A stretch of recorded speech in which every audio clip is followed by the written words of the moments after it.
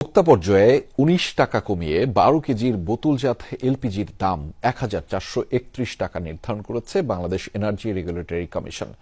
চলতি মাসের জন্য ঘোষণা করা হয় এই দর সন্ধ্যা ৬টা থেকে কার্যকর যা হবে।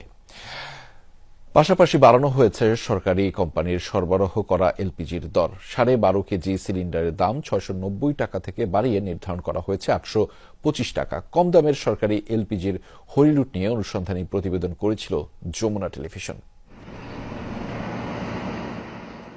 গত এপ্রিলে ১২ কেজির বোতলজাত এলপিজির দর ছিল ১,৪৫০ টাকা। অন্যদিকে চলতি মাসে অটো গ্যাসের দাম লিটারে ৮৪ পয়সা কমিয়ে ৬৫ টাকা ৫৭ পয়সা নির্ধারণ করা হয়, যা গেল মাসে ছিল ৬৬ টাকা ৪১ পয়সা। এলপিজির দর সমন্বয়ের তথ্য জানাতে রোববার বিকালে কারওয়ান বাজারে সংবাদ সম্মেলন করে বাংলাদেশ এনার্জি রেগুলেটরি কমিশন। চলতি মাসের দর ঘোষণা করেন সংস্থাটির চেয়ারম্যান জালাল আহমেদ। এপ্রিল মাসে ছিল ১৪৫০ টাকা, এটি মে মাসে হবে ১৪৩১ টাকা।